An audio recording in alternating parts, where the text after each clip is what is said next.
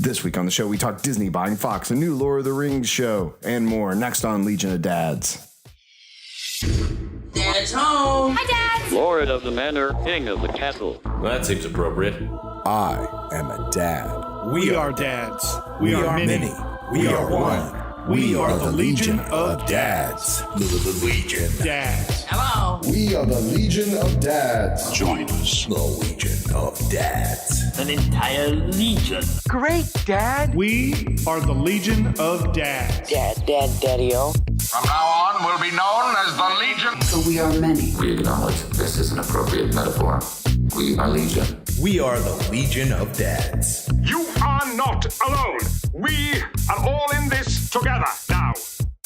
Hello and welcome to the Legion of Dads, show for the modern dad. We talk movies, comics, video games, and how to be a great dad. I am your host, Wyatt Kegel, and as always, I have my co-host, father of two, Kenneth Dupuis. Hey, Kenneth. Hey, Wyatt, how's it going? Boy, that was a fast intro. I've been practicing. And we have our father of four, Richard. Hey, Richard, how are you today? Hey, Wyatt. Doing great. Go Astros, world champs. Yes. Go Stros. Are we going to just blame that on why we've been gone this whole time? We've just been celebrating. I'm not going to lie. One big parade. We missed a few episodes because the Stros were in the World Series, and we could have recorded an episode, but actually that one day it would have been mostly us cussing. So I'm glad we chose not to. But man, that what a series. What a series. And what a win for Houston and the Astros. Yeah, and I've been an Astros fan since I was a kid. So it was an amazing time. It was an amazing time to be able to share that with my son. It used to be that, I don't know if this is going to keep being the case, but it used to be that Astros tickets were super cheap. So we would get the Astros. No. Well, it used to be. I don't know about that anymore. So we shall see if Minute Maid still keeps those nice little cheap family seats. But we really enjoyed it. And man, it's been a wild time. It's been a wild year in Houston. I'll tell you that. It's been a wild year for all involved. But this is not an Astros or a baseball podcast. This is a comic books, movies, and all sorts of other interesting things in pop culture that dads may be interested in. So let's get into the news. First up, something that's come across that I'm really excited to talk about. Kenneth, talk to me how Disney and Fox may be having a interesting new logo. Well, I guess just yesterday, CNBC had a news story that's basically said that Fox has been holding talks to sell most of the company over to Disney. And from the article, it kind of seems like they're willing to part ways with more of their television and film production assets to make way for more, I guess, sports-themed entertainment. And I'm not sure, who knows with these kind of things. I mean, AT&T has tried to buy everybody under the sun over the last, 5 years. So, and, you never know until it's done. But what's interesting about this couple of things is for example, character rights. So right now Fox has the rights to the Fantastic Four and X-Men in not only on a film but a couple of TV things, but not exclusively on TV. They also own Star Wars: A New Hope distribution in perpetuity. So if Disney purchased all of 21st Century Fox production assets as well as all of that, they would basically get a lot of their characters back from Marvel. They would be able to maybe we'd see that original trilogy non-special edition release. Who knows? But right now this is just in talks or in rumors. So from a outside, I mean, that's all good, interesting inside business kind of stuff. But really, does that affect Is that really going to affect us in the next year or two? I mean, is that going to? That doesn't seem like this is going to affect us in any way. If the merger went through like today, then the soonest you would see anything in terms of what I talked about would probably be like 3 years from now. I mean, but damn it, they better get this done before Infinity War. Some other interesting things that, you know, like I think Ryan Reynolds had a tweet about, like, okay, if Disney bought Fox, what would that mean for Deadpool? Actually, he said something like, oh fudge, what does that mean for Deadpool?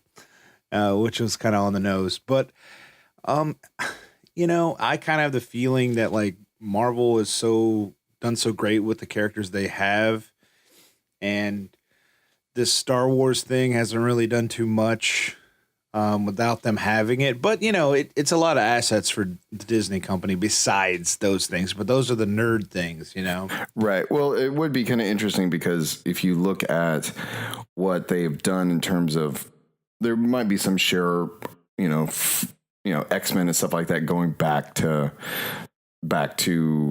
underneath the Marvel brand and stuff like that. That could be some interesting stuff. I would wonder if Disney would keep Fox as an entity around just because of the name, just because you can't put out, Fox, you can't put out an Alien movie underneath the Disney brand.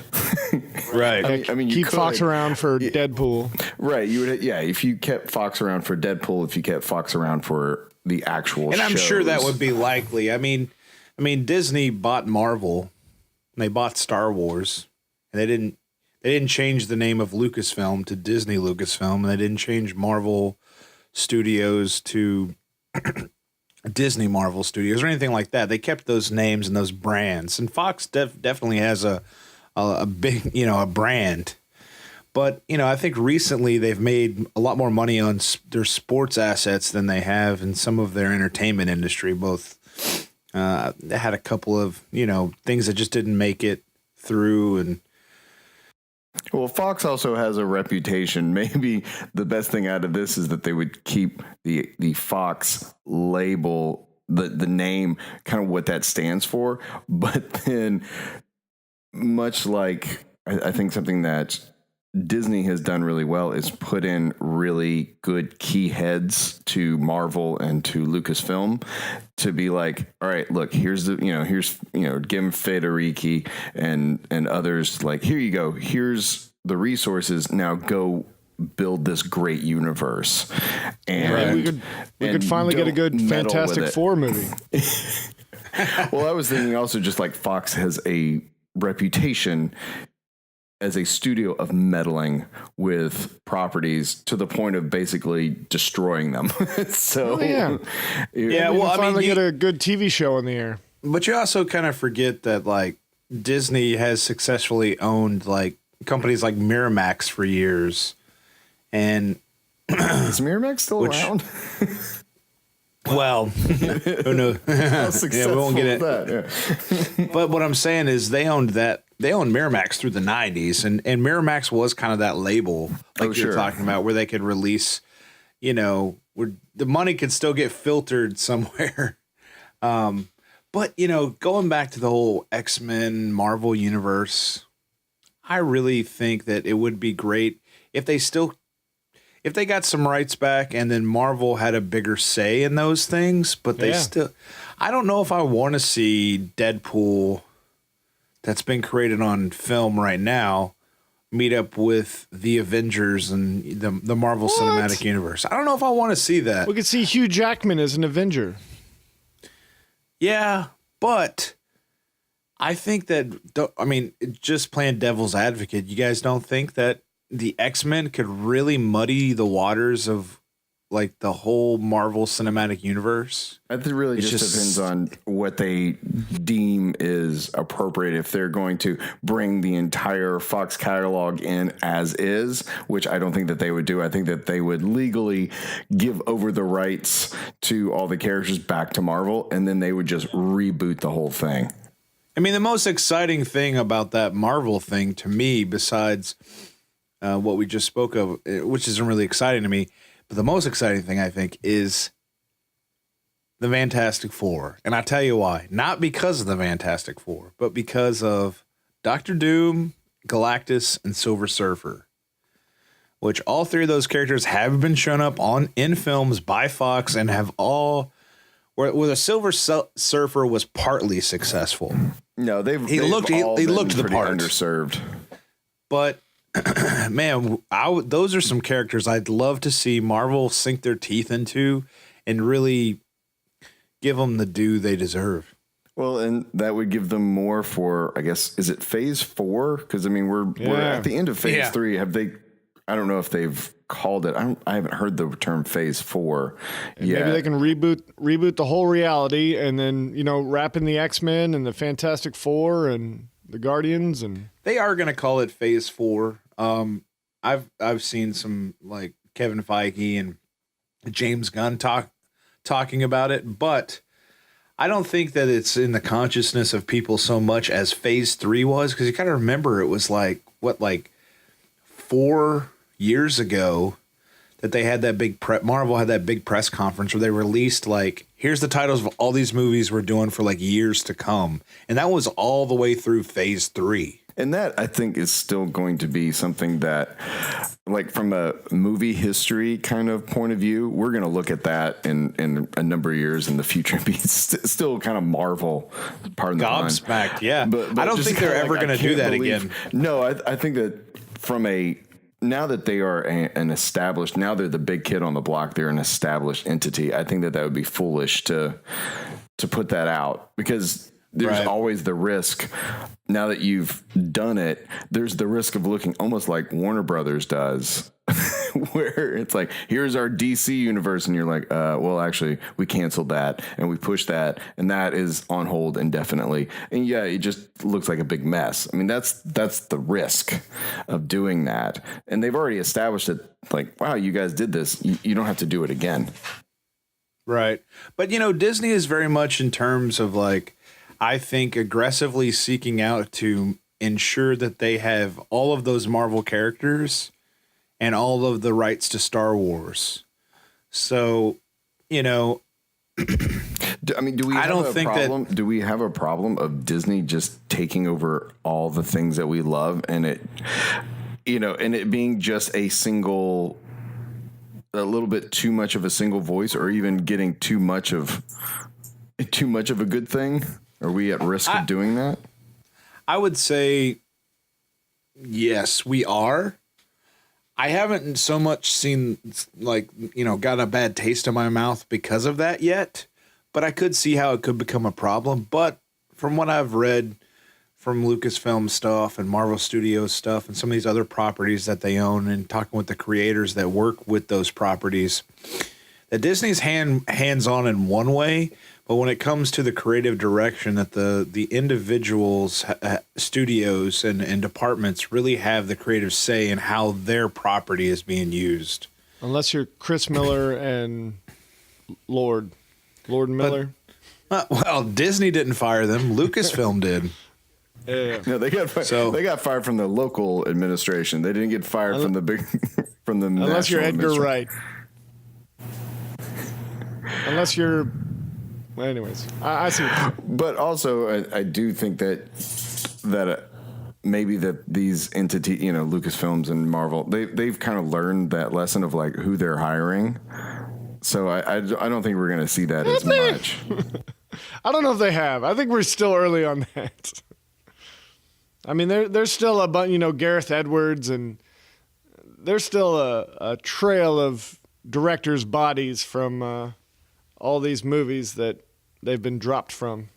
But that's not uncommon for Hollywood. Yeah, that's with every. I mean, Fox has its own set of dead directors, and it's only within the last 10 years that fandom has reached this point, especially with these properties, Star Wars, Marvel, DC, where fans are so critical and so into with the social media aspect and the internet age.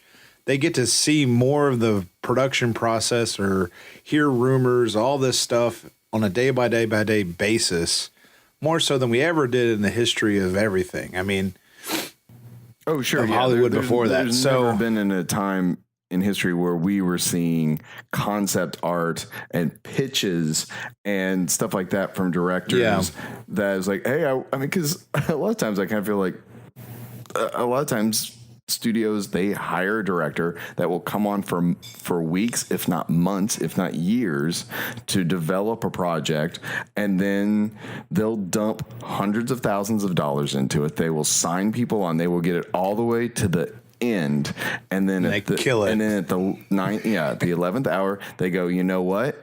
This is not worth a $50, $150, a $200 million investment. I know we've sunk, $200,000 into this, and we're going to have to pay out, X amount of money for canceling, but it's still a sounder business investment versus, blowing $200 million and going like, oh my goodness, what did we just do? Do you have an example? The only one I can think of is like that unaired Fantastic Four movie.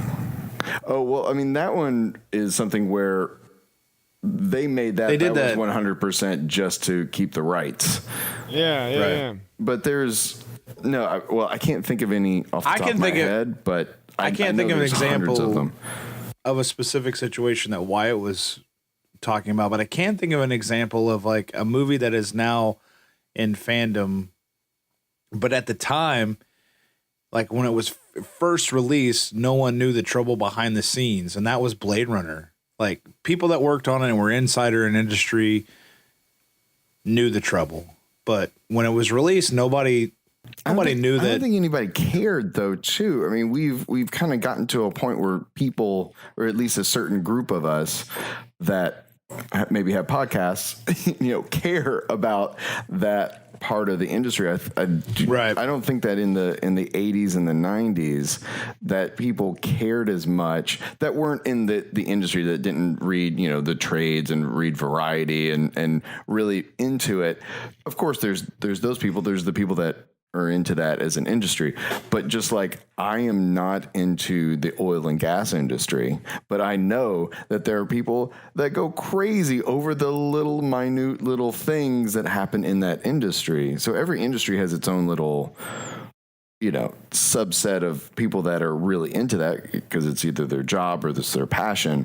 I think movies, though, it used to be a lot more of a black box, and now we just get a lot more interesting things coming out, like concept art for that Alien 5 movie by District 9 director, who was it?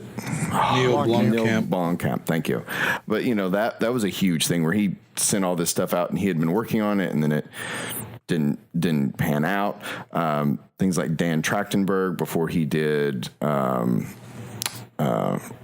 My brain is just gone tonight. 10 Cloverfield Lane. Before he did 10 Cloverfield Lane, he was doing other projects. He was working on other projects for Bad Robot that just didn't pan out. They just fell apart. Right.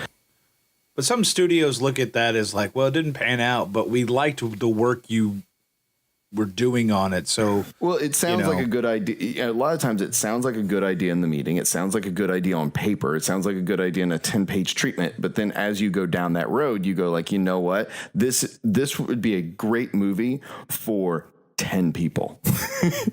When 10 people do not justify a $200 million film. But they had to they thought that it was a bigger idea. They thought that it was more lucrative, and it just wasn't. And that happens. You have to kind of do that due diligence. And that happens all the time. I think we forget that, though, as fans, because we hear the idea and go, oh my goodness, that movie would be amazing. But then you just don't know all about all the backdoor deals and stuff like that have to happen, that just, they did their due diligence, and they're just like, this is going to be a bad movie, and we're going to lose a ton of money, and then we're going to have to kill this anyway. So let's just kill it now before it becomes even worse. Let's move on, gentlemen, and talk about a movie that we definitely know is coming out and is slated to be a just juggernaut. Richard, talk to us about Avengers Infinity War. Yeah, so Avengers Infinity War, Kenneth, when's this coming out? Next year?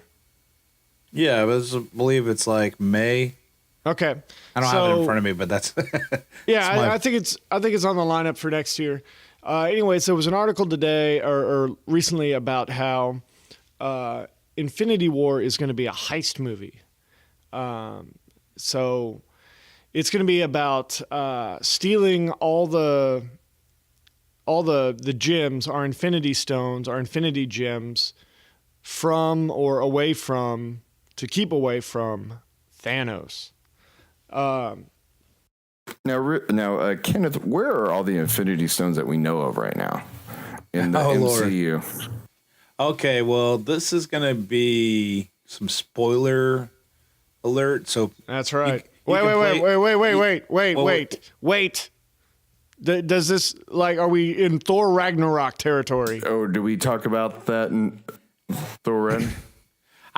Yes, we are, but dang it! But I will say one of them is mentioned not as a plot device at all, but you do see one which you already know about, which is the Tesseract. Tesseract does show up in Thor Ragnarok. All it's right. not a big deal at all. So spoiler alert. Legion of Dad exclusive. No, it's not.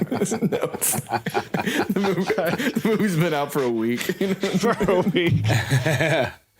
Yeah, but no, basically, the Tesseract, last we saw it, unless you've seen... the Cosmic Cube, correct? Actually, last you saw it, even if you did see Thor Ragnarok, is Odin's treasure vault.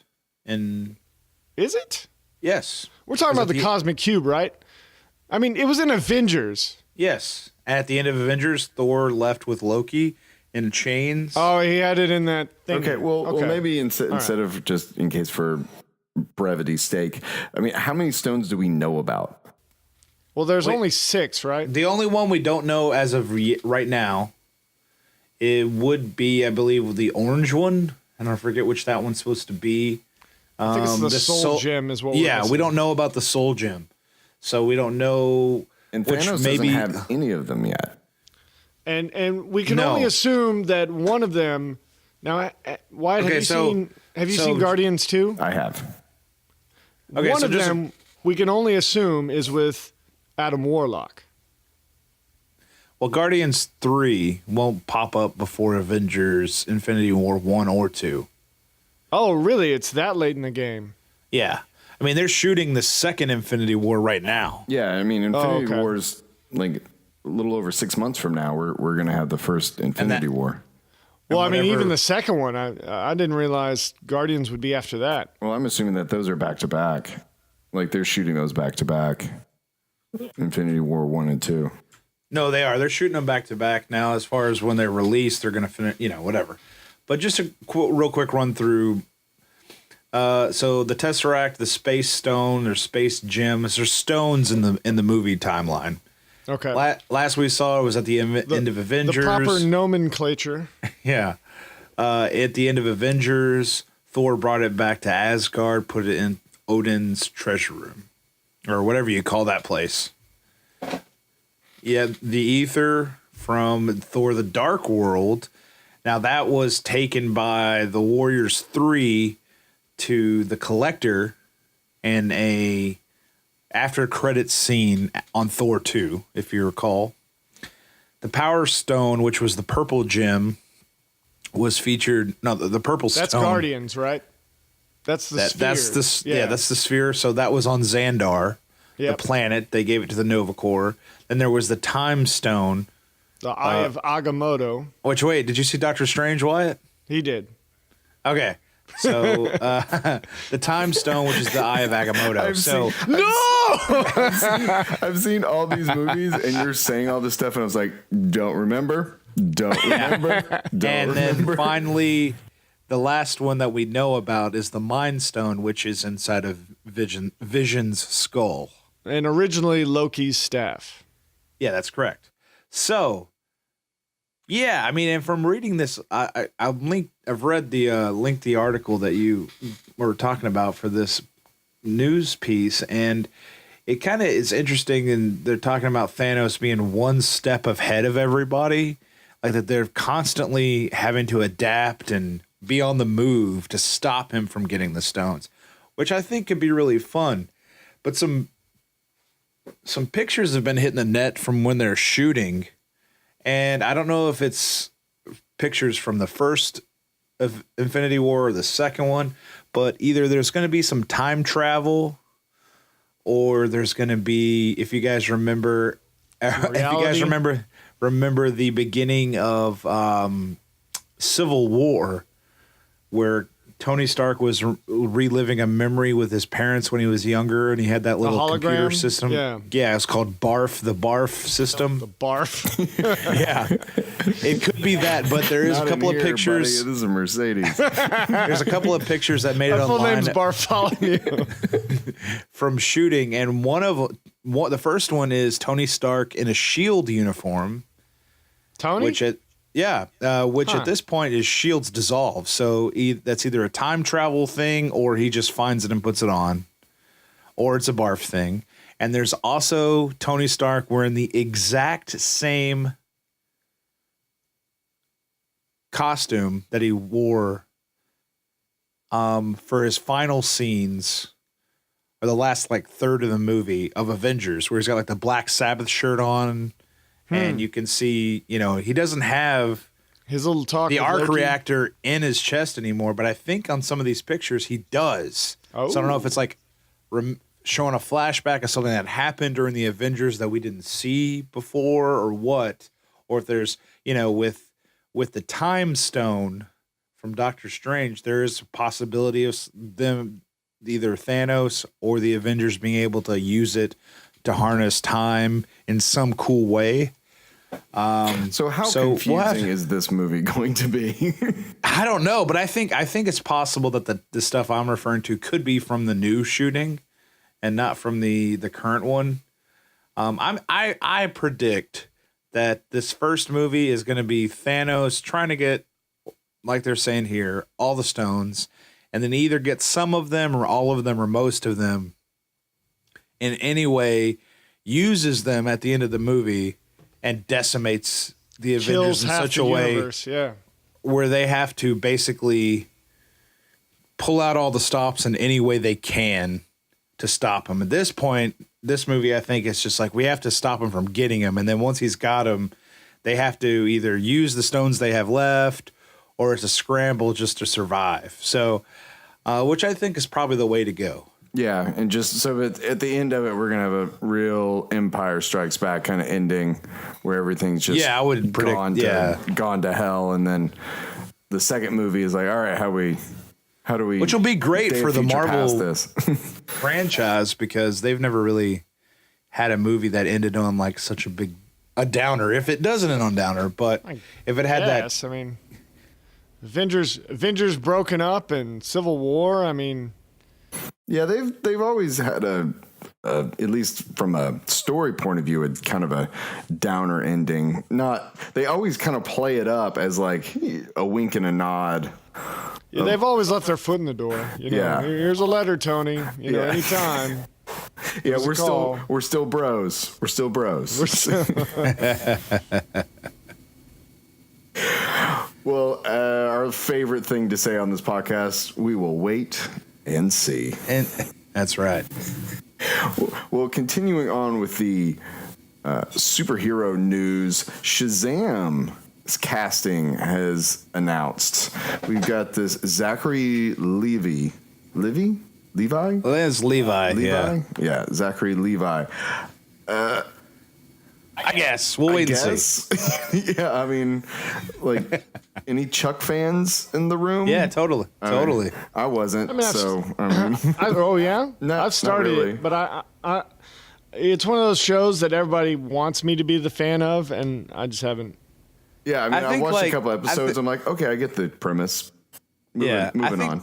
I think it's hit and miss, the show itself, but when it's on, and in the first I think two was Levi. seasons, he's good. He's got a lot of charisma and charm, and that really helps with the character he plays in that show. But I think it could also help him play the big cheese. Well, he's such a small guy, though. So is he playing So he's Shazam. So now, correct me if I'm wrong. God, If I remember, not- Shazam is a little kid that has, I can't remember how, but somehow magic is involved. Yes. And he says the word Shazam, which is an acronym for like 7 different god powers. It's or like whatever. strength of Solomon, and Hercules, and Hermes is speed, something of Zeus. Like that's what Mercury and all that. All the. Oh my goodness! All the Greek gods. Somebody. Okay. Okay. Yeah. No, I didn't know that. So, That's now in the interesting. original comics, before it was owned by DC, it was another company, and I think we've gotten into this before. But Shazam was the name of the wizard that granted young Billy Batson with the power to say his name. And when the boy said his name, he would be granted these powers from the gods, and which could line up pretty. Turn into Captain Marvel, if memory serves. That was the original. Yeah, name. and that was his original name, Captain Marvel. But after years of battling with actually Marvel, and who has their own Captain Marvel, a female Captain Marvel, and a Captain Marvel, which is the male counterpart to her that kind of gave her powers, and is a Kree. They've kind of moved away from that and retitled him when he was relaunched, I think sometime in the early 2000s, as just Shazam. Now he's known as Shazam. Because it used to be Captain Marvel, Miss Marvel, or Mary Marvel, and that was Captain a Marvel family. Yeah, and that was Captain a- Marvel Jr. Yeah. Okay, well, I don't going think that- away from the comics and going back to the movie, do you guys think that they are going to do there's a little kid, he says They are. Shazam. Okay, Oh, yeah. so you think that they're going to keep that and... They've already get some cast casting the news kid. on the kid, yeah. Okay, so they did cast the kid. All right. But go to answer your question about is he beefing up, because the big cheese is ripped. Yeah, he's huge. Is that a Is she- nickname? Yeah, All right. Anyway, I've seen pictures basically the day after, maybe even the day of Zachary Levi. Like, yep, well, I'm hitting the gym because I'll be in here forever. He's already he's like, guys, I know I'm not super ripped and big, but I mean, But I've been you look eating at some of the. steak and being at the gym for 12 Yeah. hours a day for the last 2 He's like months. getting on the Dwayne the Rock Johnson salmon chicken diet. He better, But, I mean- because he's gonna be fighting. He's gonna be fighting him. Exactly, because if Black Adam or Dwayne the Rock Johnson is going to be Black Adam, they've got to be equivalent, and there's no one equivalent to the Rock. He's huge. Yeah. So unless, But I mean, he's you gonna look at pare some of the down- transformations that Hollywood's able to do. I mean, obviously, have you seen picture of Christian Bale and all his body transformations over the year? He's got a new one as Dick Cheney. He Yeah, looks he's insane though. He's nuts. He is But, crazy what he does with his body. But look at some of the guys from 300, back in the day when they did 300. Oh sure, and I mean Back even, in the day. How long ago was 300? Back in the day in I terms think of actually- comic book movies. I think 300 was 10 years ago, wasn't it? Yeah. Back in the day. 2006, 11 years 11 ago. years ago. I believe we've covered. I believe that is back in the day. Yeah. After Yesterday 10 was years, back in the day. Yeah, I'll back in the day you. Well, anyway, I think that there's probably, I don't know, he can get in The Rock big, but he can definitely put on enough muscle where, when he would stand next to someone like Henry Cavill as Superman, you would say, okay, this guy could put up a fight against him. We'll see. Henry Cavill's huge. Well, he was in the same boat as this guy, though. Yeah, I mean, he you was look at the pretty pictures small of when him. he started. Yeah. You look at the pictures of when Man of Steel was shooting and when he was cast, and it's insane what he did to his body too. Now, I don't necessarily It's amazing what want a him to couple get. $1 million will do Yeah. to Steroids is a hell of a drug. Yeah, I don't want him to get Dwayne the Rock Johnson big, because I want, when they finally do bring Black Adam in, I want him to be. You want him to be scary? physically formidable, scary to even Shazam. or Captain Marvel, as I like to still call him. But now there's even talk that Black Adam's going to show up in Suicide Squad 2 now instead of DC. I don't know what they're doing, but They don't know what they're doing. they don't know. They're just running as fast as they can to Flashpoint. Yeah. As fast as they can. As When fast can as we their little reboot legs can get this? them. When can we redo this? I need a do-over. It's always been our plan to do that. I was reading some like crazy fan theories, and it was talking about like, oh yeah, this universe is so dark because this is the darkest timeline, and Flashpoint is gonna fix all that. And I'm like, yeah, that's what you would say if you can reboot the entire universe.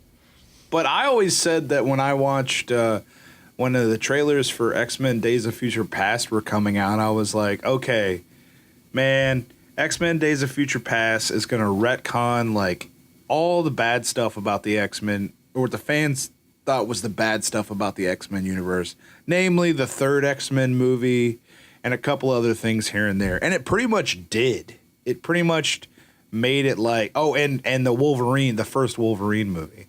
It pretty much made it like that never existed. I mean, look at Deadpool. You can't look at the X-Men universe as a guidebook. Yeah, they just break it and then move on. But no, Forget you about can, because you guys forget how like divisive the X-Men movies were. They still are. I mean, Apocalypse wasn't really that great. Days of Future Past was good. First Class was what you good. mean. I don't forget. Like I still remember. I remember how bad those movies I are. just choose not to talk about it. That's right. We don't talk about X-Men. There are only 2 X-Men movies.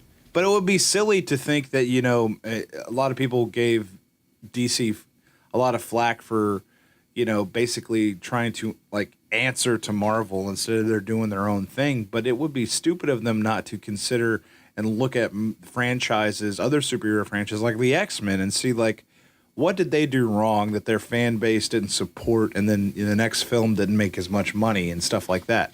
So I think they're looking at stuff like this and just saying, okay, how can we get rid of this stuff in our movie universe that the fans don't like? Moving on to another dark universe. Yeah, well, screw you guys. Well, I could just go like, well, we'll have to wait and see. I mean, but that just We'll have to wait and see. Exactly. But moving Well, I on, just segued you in the face. Yeah, it wasn't even a very good one. That's what sucked about it. Well, Star Wars. Speaking of bull, all right, new Star Wars information coming out. New TV spots. Did you guys get a chance to take a look at that, Richard? What was Were your we watching thoughts the on- World Series? Yeah, we saw it. Kenneth, what was your favorite shot out of the whole thing? Like, what was the one that you were like, oh my goodness? I mean, the one that I was really like, oh my goodness, was Luke walking into the Falcon, and the shot of him. I know, right? Like turning walking in. everything on. And like, if you watch The Force Awakens, and there's like the same moment with Han Solo, and everybody loves Han Solo too much, but so much, not too much, but so much. But I was always like more of a Luke kid. I liked Luke better than Han. Even though he was whiny, I just was like, he was the Jedi. And to see Luke on the Falcon is like almost as great as that first Force Awakens trailer when you see Chewie and Han and they say, we're home. It just felt like Star Wars all over again. We're just going to bring everybody through the Falcon. Yeah, it's great. All over again. I mean, and we haven't seen Leia's reaction to the Falcon. That was a thing missing from Force Awakens. well, yeah. She's probably over it. She never liked that hunk of junk. But I think that this teaser is very it's edited so well. It's tight and it shows you everything you need to see to get really hyped up about this. And it's like an extended TV spot, and it does everything in like 55 seconds long. Gets you super hyped. And man, I'm so excited for this movie right now, you guys. I've already bought advance tickets for 2 different screenings, so I'm Wow. You doing like IMAX or anything? I haven't bought an IMAX yet, but I plan on going to the IMAX. But I'm doing our local theater opening night, and then the same theater, but their big giant screen, what they call the XD screen, on the following Saturday. Nice. Well, Richard, what do you think about? There's been a lot of talk and rumors about Luke being the bad guy in this, or just kind of a much darker tone. And looking at the shot, no, what? No, you're against that, Kenneth? I am against Luke being the bad guy, like the big bad. If he's just like lost his way, I'm okay with that. Mark Hamill's he likes to troll people on the internet, so he's been really messing with people about this kind of stuff. But then you even look at that shot of him in the Falcon, and he's got the hood on, and just I guess he looks soaking wet. I don't know, but you can't go off of color. This is true. I mean, he was wearing a black hood and Jedi. Well, you can't say Jedi. Return of the Jedi. So. Do you think that they are basically telling, because at the end of this teaser, as well as a lot of the other marketing, it has him saying this is not going to go the way you think it's going to go, or something to that effect. Yeah. Do you think that that's almost a cue to the audience? I really think it is, because I keep hearing all these little interviews. No, I keep hearing these interviews, like if you listen to the behind the scenes little thing that they released that was like an expose on Rian Johnson and his directing of the film.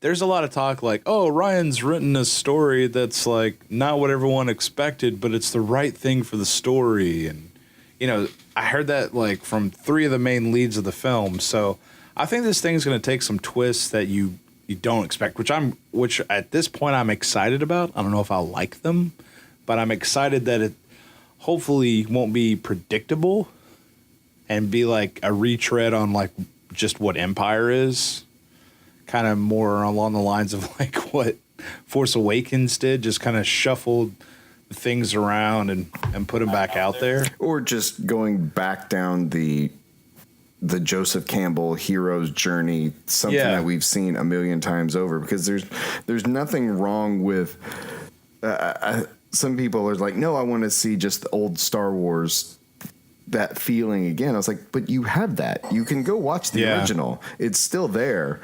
So giving us something new. I mean, some of the rumors or the fan theories are just wild.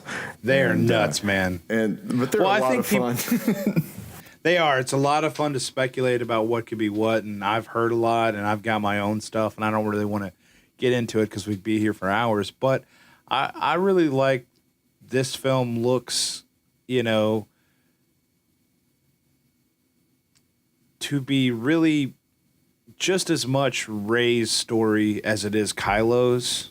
I think people tend to forget the screen time in Force Awakens was heavily Rey, but I think that this film's going to have a lot more Kylo Ren stuff to it, and I really like what they started to introduce with his character, and I'm hoping to see where that goes, because he's the Skywalker legacy right now. Ooh. So, as far as we know, we don't know where Rey's legacy lies. Yeah, I'm gonna look. You can rewind back Kenobi. You can rewind to our episodes. We talked about it many times. I hope that Rey is a nobody in name. She can be a somebody somewhere else, but let's not have her be connected to anybody. Star Wars is about family. All right, Tyrese. It's all about family. Moving on. I got nothing. I got nothing for a transition. You're gonna have to re-record some segues. I really am. I'm just tonight's been just. Here, me and Richard will react. Night, yeah. Do you ever do that? Do you ever clean this up after the fact? Not with audio. Yeah. No, I'll just. Okay, I always figured you'd like. No, never go back. Me and Richard over here will react to a segue. 1, 2, 3. Ho ho!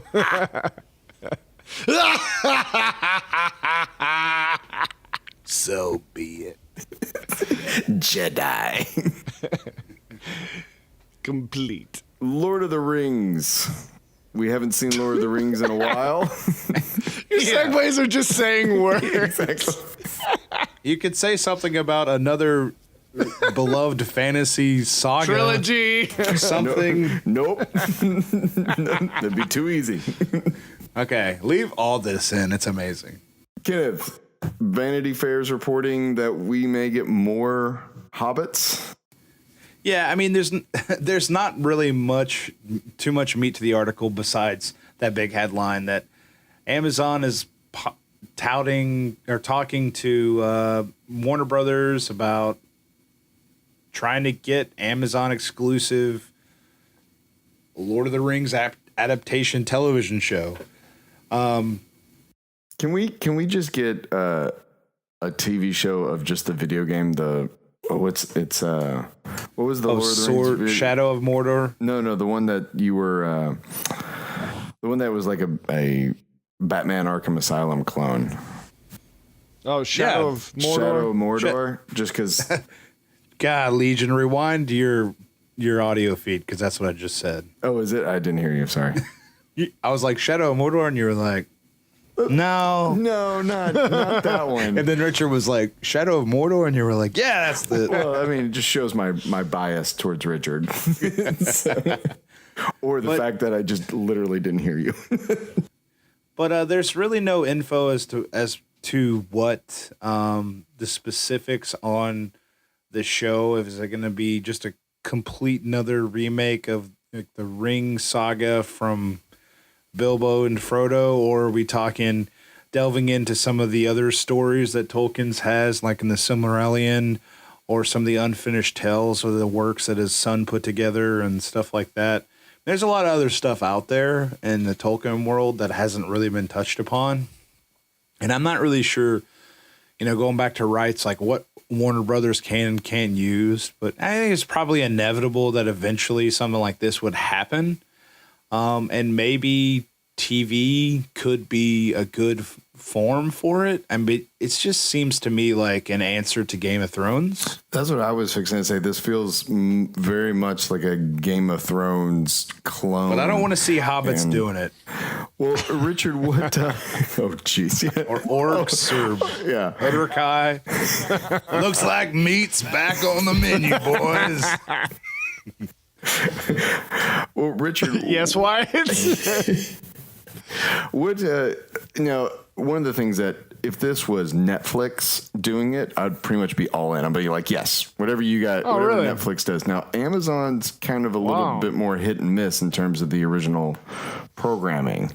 What's been your experience with Amazon series, and what do you feel about Amazon bringing this to the table?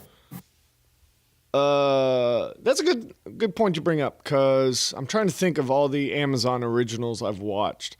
I watched a lot of Man in the High Tower and just got really bored of it. I mean, I love the concept. I love the idea of this alternate America where, things went differently during World War II. But man, like the promise of that show, I kept waiting for something to happen, and it just never did. I'm trying to think of anything else I've watched. I can't. But how many of the ones that have been successful were ones that I'm not sure if this article is talking that Amazon is going to produce it, or are they just buying the rights to show it, like that Philip K. Dick anthology series. Amazon doesn't have anything to do but distribute it. But did it say who's going to be making it? Because I mean, that is a huge. That's not a like, oh, we're going to just throw a couple $1 million at this and produce something, and then we're going to sell the rights to it. I mean, that is a multi-million-dollar per episode kind of deal. And as we have great examples, like one of the things about Game of Thrones, like there's no example of that saying like, this is what the world looks like. They set it up. We have seen what a multi-million-dollar multi-film done by somebody that loves the material. We've seen what that looks like, both in this is him at his prime, and also This is him phoning it in. This is him going like, you know what? They offered me a lot more money. You wanted it. You wanted it, asswipes. I mean, here's 3 more movies. There are some things that I could find something to like in each one of those Hobbit movies, but I can sure find something not to like. Yep. But no, the article does state that Warner Brothers TV and J.R. Tolkien's estate are in talks both with Amazon Studios to develop it. So, it's in very early stages. But I think you're right though. Amazon would be an Amazon original or a co-production, Yeah, but I mean, Warner Brothers TV. I mean, but maybe, I think you're right. They would want exclusive world distribution rights to that, because you would have to put in a couple $1 million an episode. I mean, what does Game of Thrones? Don't they do like $5 million an episode, or $10 million episodes? It was cheap in the beginning, but as those dragons got bigger and the wars, because early on Game of Thrones was like talk of wars and you never saw anything, but as it built, once those dragons hatched and as the wars got more epic, there's one war. Where are you at on Game of Thrones? I know there's nudity in it. That's all I know. Okay. Okay. There's one war they have, and this is early on. I have like one 5 battle seasons on Blu-ray that people have given me. Like, that's right. That's the right. weird thing about Game of Thrones. People give me like, here's the show, and I'm like, I don't have time for this. I want someone to give me Game of Thrones. There's one battle in Game of Thrones early on where one of the main characters gets knocked out. So you don't even see the result of the battle. Like, he just wakes up later on and battle's over. And their defense is clever way to make the episode cheaper. And put the money where it was really needed for those early seasons. Because you got to pay for those dragons. I do think Wyatt's right in kind of twofold that, like, okay, we can end the show now. I'm right. Good night, folks. Do we really need to see the things, most of the things we saw in Peter Jackson's Lord of the Rings, those big epic things on a multi-million-dollar budget? Do we need to see those again? And what is there that was missing from the Jackson version that this series can do better? Now, Peter Jackson's version of is not exactly like Tolkien's. I mean, things have changed. He switched characters around, left some characters out, so it's not perfect, but it's its own thing. But to play devil's advocate, those CG effects are like, almost 15 years old now. I mean, back in the day, actually, the first Fellowship of the Ring, which is my favorite of any of the ones he's done, came out in like 2000, I think. Yeah, but.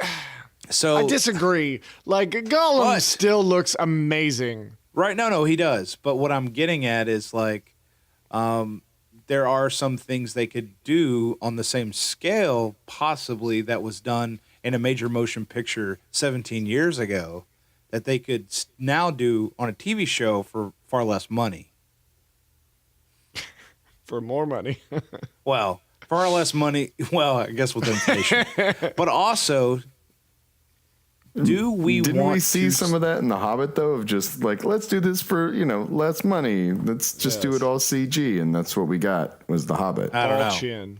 Well, scrotum face. I can't really speak towards that because, like, Gollum was all CG and I every, second of that was great. But do I really want to see another interpretation of these characters? Because besides the spectacle of Lord of the Rings, just like Game of Thrones, it's the characters that really make the spectacle worth watching because you want to know what happens to your beloved, these people that have gone on the journey with you.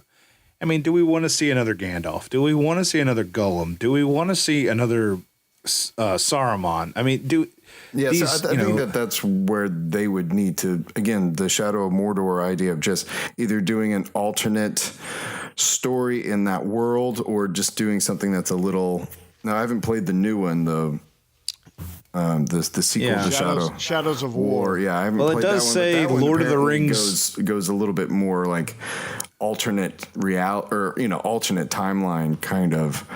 It does say Lord of the Rings novels, so I don't know what that means. That can mean a couple of different things, but I don't know. Well, that's interesting that's, at least I'm not holding my breath on it happening, and even then I'm not holding my breath on it being good, because as far as I'm concerned, if I want to watch Lord of the Rings, I've got that animated one. What? No, I've got that Peter Jackson. Which actually, I have a soft spot for that film, but the first one, but yeah, the Bakshi one, yeah, a lot of interesting techniques on how the animation was done, but why? I don't know. Now, if they were to say we're making a Star Wars TV show that is remaking the prequels, we could start talking.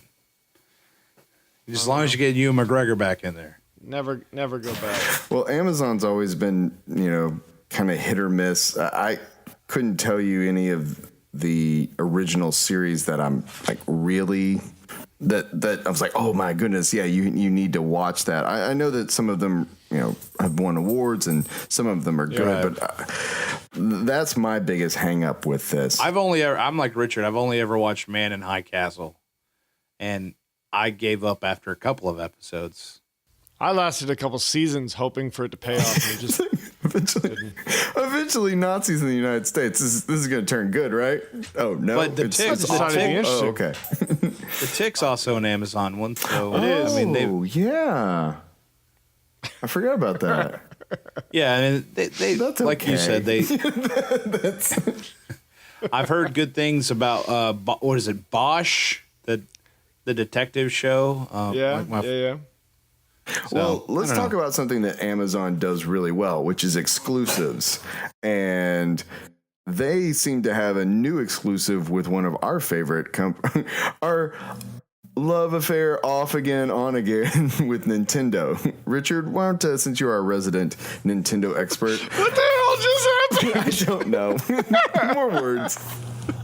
I'll clean it up. I won't clean it up in post. What are you talking about? Man, it has been a weird night, and I'm feeling loopy. So Amazon, you can buy things. Nintendo XL. All right, here we are. A to Z. Amazon Spy. Classic. All right, I'm so really out of practice at this. Wow. So Kenneth shared with me this article from.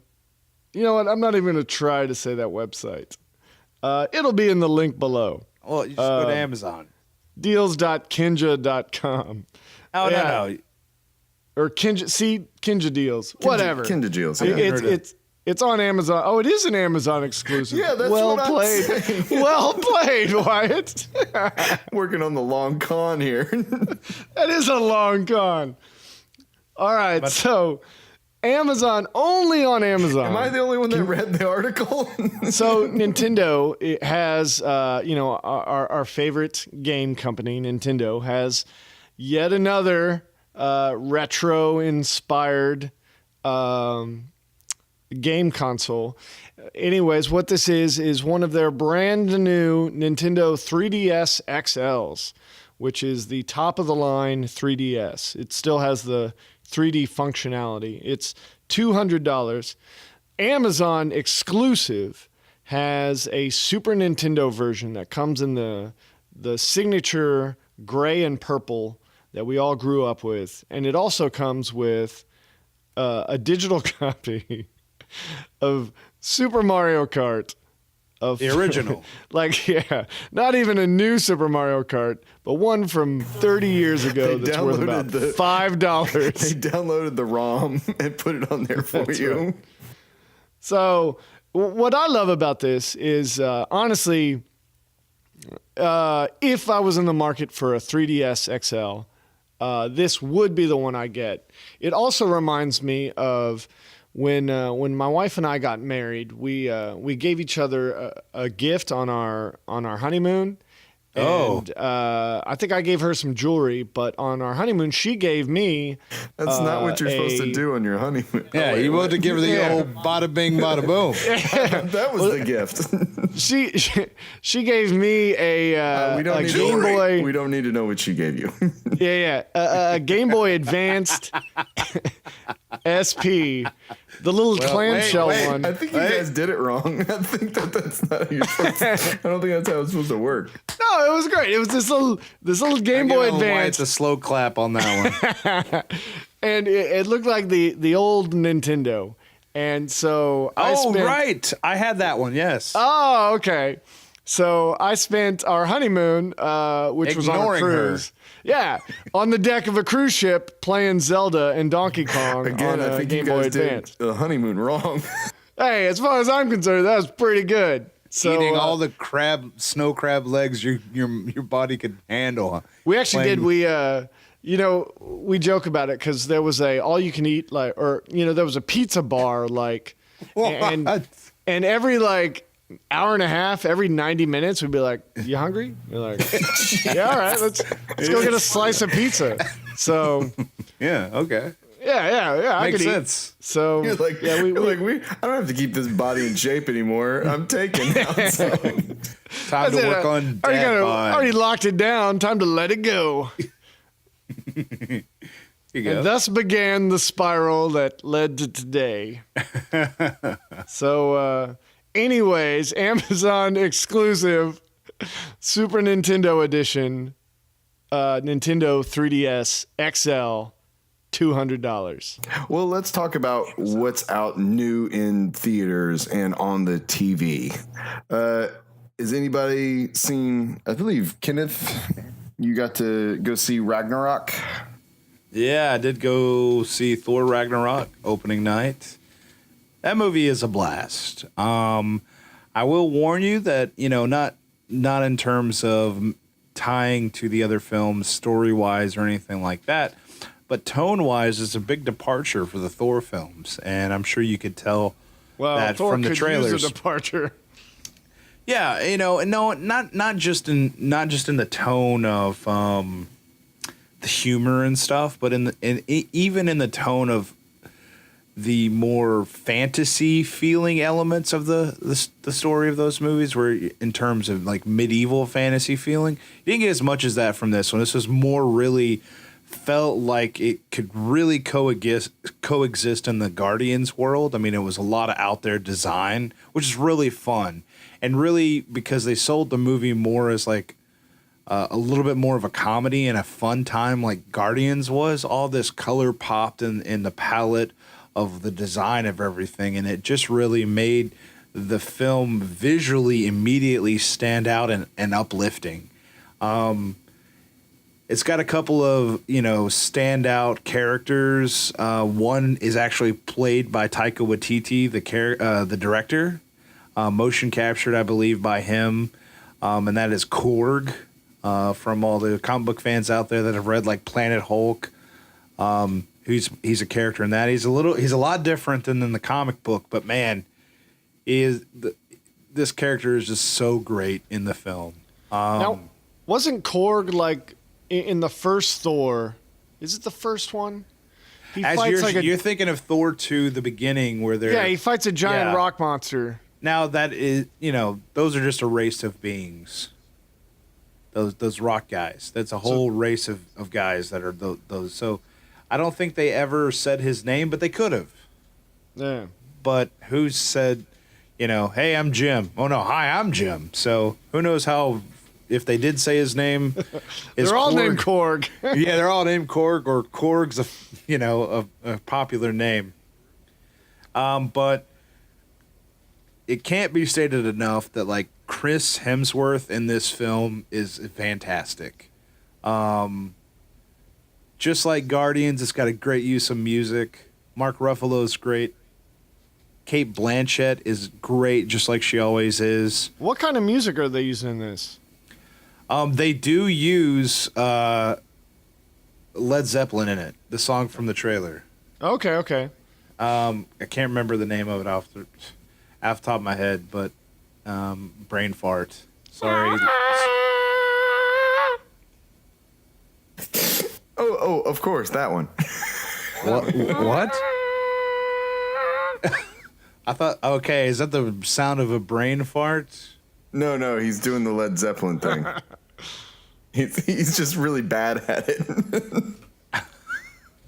Okay. Either that or Richard is strangling a cat. I'm not terribly sure which is going on. All right, well, cool. So would you recommend the Legion go out and take the time and go see it? Yeah, and I would definitely recommend any Legion moms, Legion dads, obviously. If you got maybe a preteen, absolutely. There's not a lot of language, but there is some S-bombs, however you want to say it, I think here or there. There is some themes that are not maybe appropriate for a small kid, but then again, they might just go over their head. Maybe I'm being a little too critical. But like I said, go check it out. You won't be disappointed. And if you are, geez, why are you going to see it anyway? Don't come complain to us. We didn't tell you to go see it. Well, looking at the lineup coming up, I don't really see anything else worth recommending coming into theaters.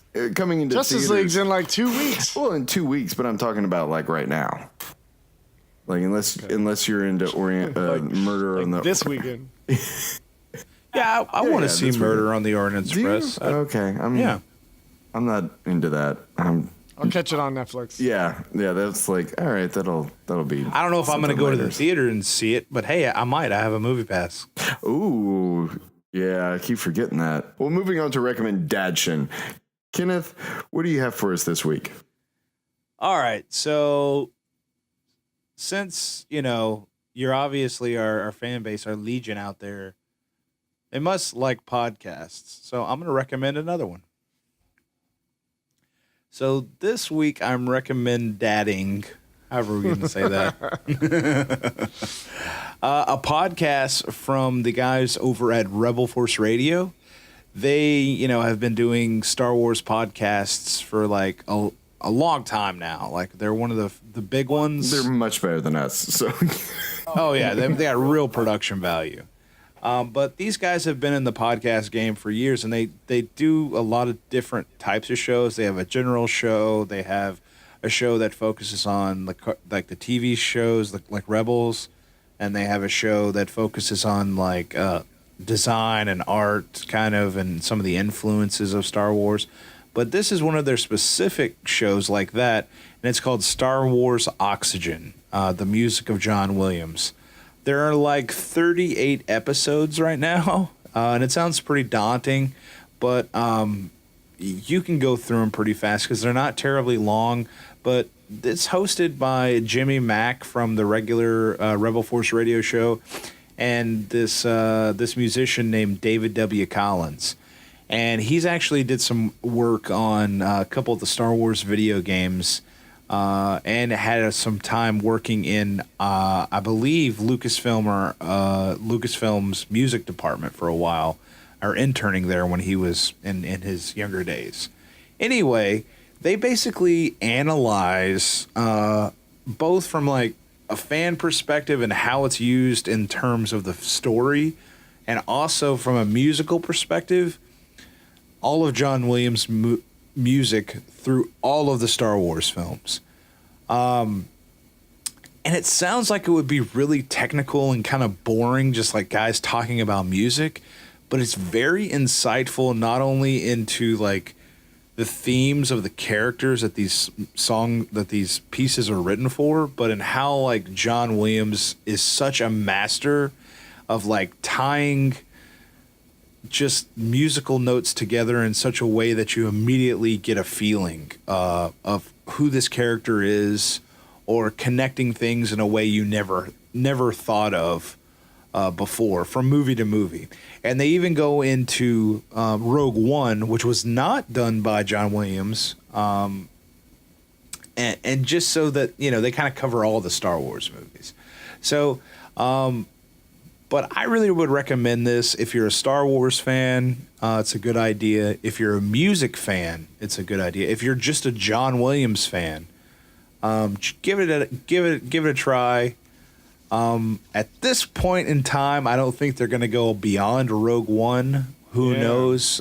Because I think they haven't had a show in like a couple of months now, or almost this entire year. Yeah. I don't know if that's because of some other reason, or they're just too busy for these guys to get together. But you've got 38 episodes to listen to, Legion, and get on it.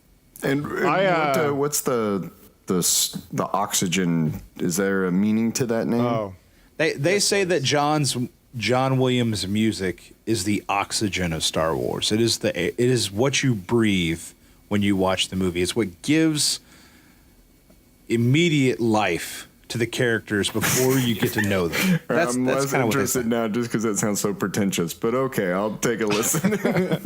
well, and here's the deal: it's not pretentious though.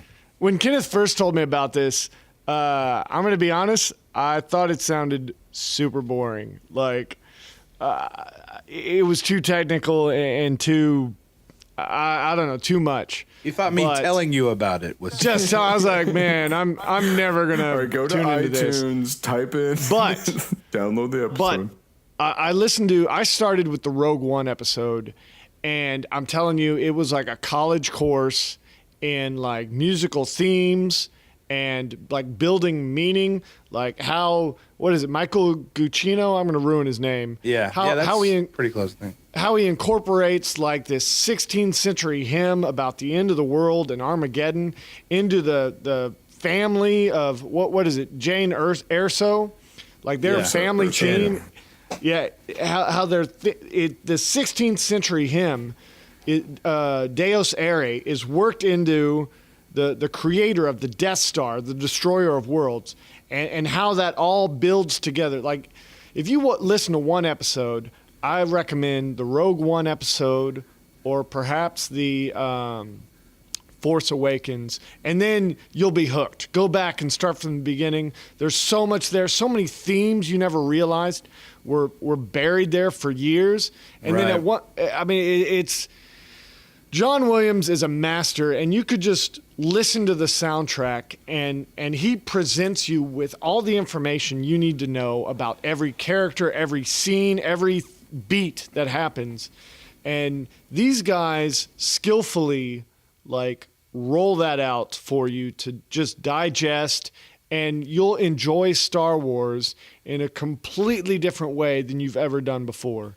I would agree with that. Yeah, I mean, like Kenneth said, if you're a music fan or a film score fan or a Star Wars fan, and you want to appreciate the movie in a completely different way, check out Star Wars Oxygen. All right, you got me. I just put it on my Start with Rogue One, man. Start with Rogue One. Okay. All right, I'll start with Rogue One. Because what's amazing is like these guys had like 4 weeks or like the amount of time that they scored an entire movie is insane. And not only to score it, but to score it in like a way that lasts the ages. To write it and produce it is amazing. And then also to be up to the caliber of arguably the greatest composer of a generation. It's amazing. What's interesting about that Rogue One episode, just touch on it real quick, is that there's a little stinger note when it says Rogue One, the title of the film. And it's got, like a little theme there for that I don't think you hear again in the movie. And that little theme makes it feel like Star Wars without sounding like you've already heard it before. And I think that the way Michael Giacchino, however you say his name, sorry. Carla Gugino. He's listening right now, and he's very offended. He's got great boobs.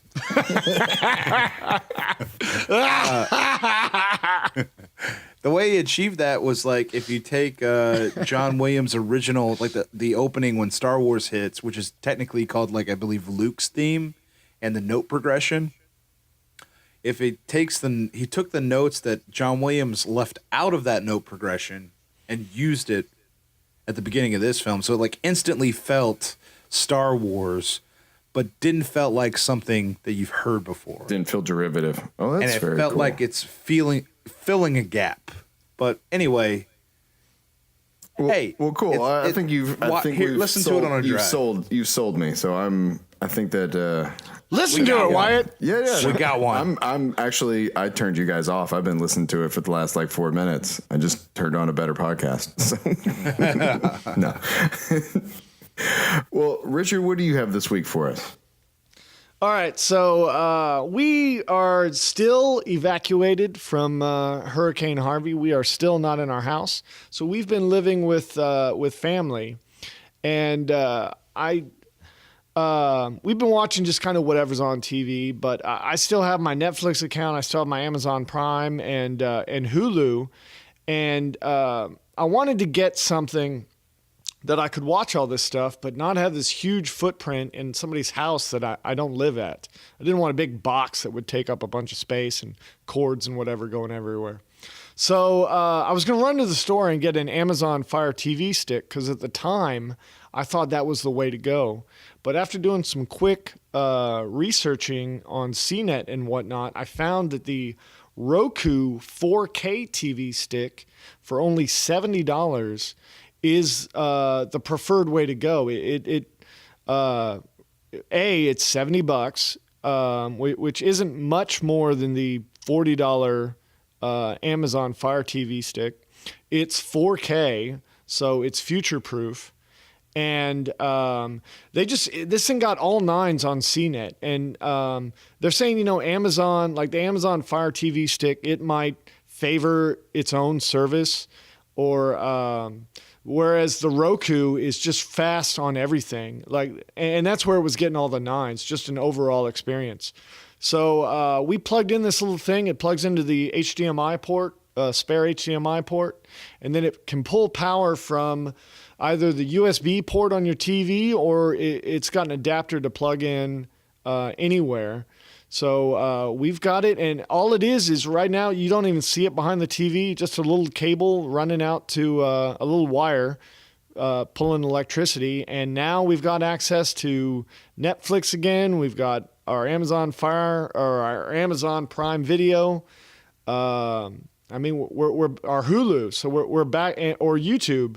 So we're back in the game. I can catch up on Stranger Things. I can watch Rogue One and appreciate the new music of Michael Carla Gugino.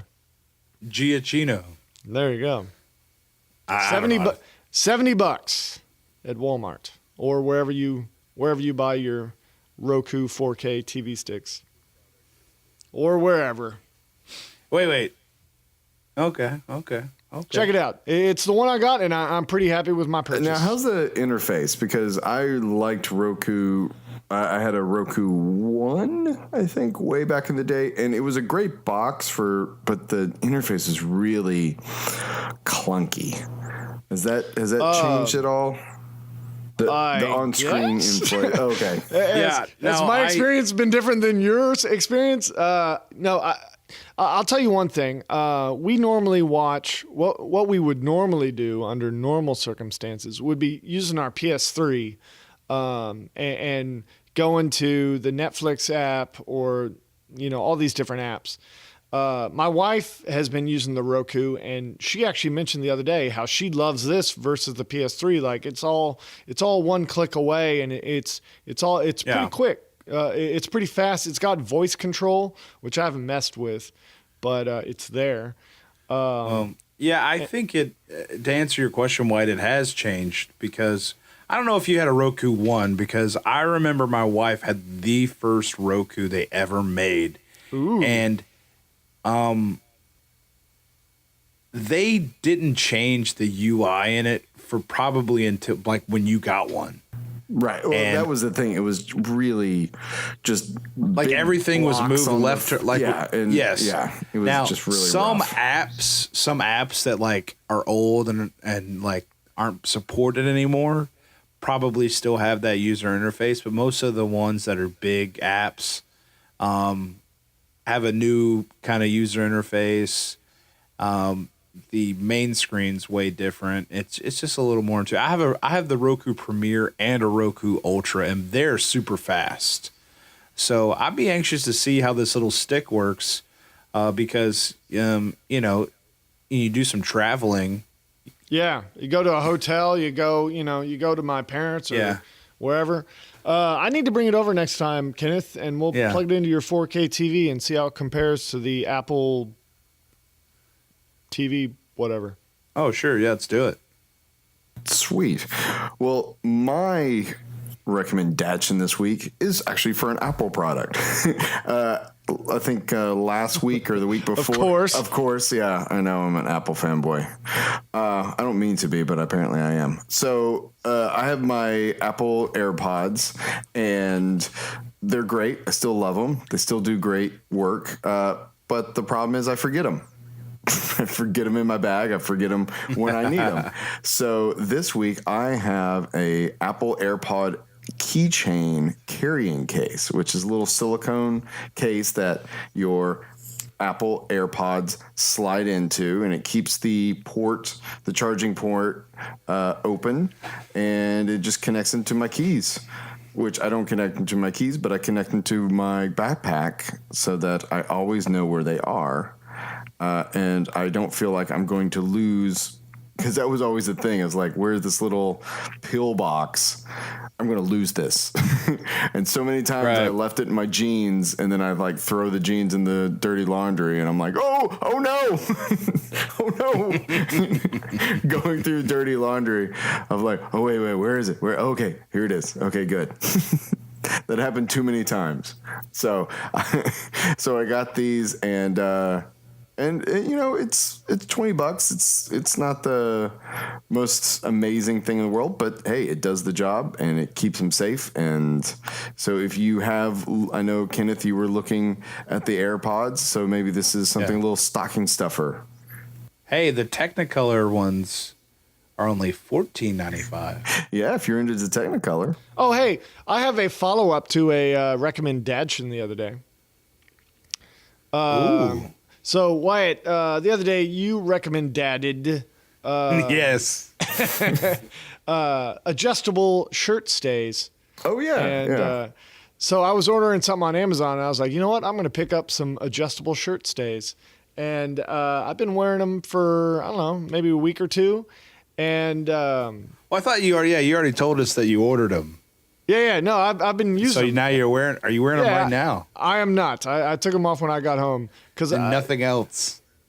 I was wearing them. I usually wear them all the time. I did find so now it's changed the way. I like how it works. It works well. How it do you keeps go my to the shirt tucked bathroom? in. That's the real question That is something I just discovered this evening, which is why I am not wearing them now, because I got into the bathroom and then I was like, well, this is completely different than I was like what I'm used to. Like, it's one thing if you have to take a piss.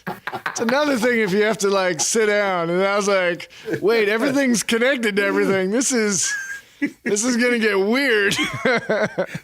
Yeah. So I haven't figured that out yet. You got to get those undies with the little button flap. You do. So you do. But even then, it would still pull your shirt down over your pants. Like, it just doesn't work. So basically, you have to unclasp this thing to take a dump. The ones on the shirt, and then you're fine. Well, now you've got things dangling in a dangerous, pee-riddled area. I mean, have you ever taken a shit in a men's room? I'm in a house with 3 boys, and that's right. So Pee everywhere. I ran into that today. Yeah, I threw them in the trash. No, I took them off and left them at home. But why are you throwing your kids in the trash? No, but they're good. I actually got a compliment today. Somebody was like, "Hey, you look. Have you been losing weight?" And I'm pretty sure it was either the shirt stays, my current mustache, or the haircut I got the other day that nobody said anything about. So, or the tube socks you stuffed in the front. Yeah, one of those things. Yeah, I'm getting some feedback, getting some positive feedback. Yeah, I gotta admit, I went to a wedding this weekend and I had to rent a tux and do the whole wedding party thing. And I was thinking as I was getting dressed, man, if I had some of those weird Wyatt suspenders, reverse suspenders, this would look nicer. I'm telling you, they're the secret. They're the secret to trimness. They're pretty good. Find like me it. some more secrets. Well, Richard, where can people find us? Legion, we want to hear from you. We want you to send us your questions. What do you want to hear us talk about? Legion, you can email us at legionofdads@gmail.com, like us on Facebook, follow us on Twitter, and subscribe on YouTube or wherever you get your podcasts. Also at legionofdads.com. Well, we like to end each show with our dad joke of the week, our last laugh. Kenneth, do you have a joke for us this week? I do. Hey guys, what's the difference? Hey, let me tell the damn joke. What's the difference between ignorance and apathy? I don't know. What's the difference between ignorance and apathy? I don't know, and I don't care. Ooh. Well played. That's for those adult kids. I never said it was for the kids. It's just a dad joke. Okay, but all right. I like it. It's got attitude. I feel like Richard could tell that to his kids, and they'd be like, "You're weird, Dad." And then, yeah, he'd be like, "Hey, come here, help me with my shirt suspenders." Kenneth, your house is talking to me. Oh, Alexa's probably like, "Oh God, do you guys have an Amazon Alexa or whatever it's called, an Echo, at home or anything?" No, I don't like spy devices in my house. All right, Can I tell her to buy stuff? Alexa, buy no, the suspenders. Alexa, buy adjustable shirt stays. The only thing we have set up on that is music, which it's great for, because my kids like to dance. But it is terribly annoying when you're watching a movie and Alexa thinks it's heard a command, and it's like, "I'm sorry, I don't know whatever it thinks it heard from the show I don't know what. And I'm usually like, kill them all. It's means. like, sorry, I Murder all the humans. Yeah, sorry, I don't know how to murder all the Cylons because I'm usually like watching Battlestar That or would something. be epic if it just went Command 4-1, kill all humans. And I'm like, Alexa, you shut the hell up right now. Power down. Go 66. Order 66. Well, thank you, Legion, and good night. Legion out.